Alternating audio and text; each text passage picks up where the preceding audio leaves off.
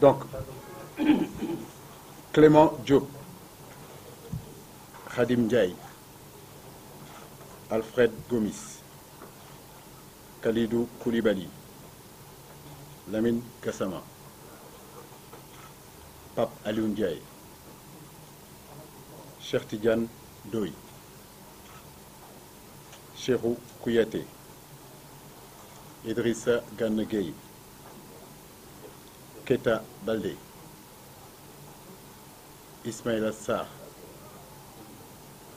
Moussa Sow, Moussa Konaté, Moussa Wagué, Salif Sané, Alfred Ndiaye, Opa Nguet, Fallou Diagne, Sadio Mané, Adama Mbeng, Jafara Sakho, Saliou Ciss, El Hadj Hassan Diousé, Mbaye Amadi Niang, Youssouf Sabali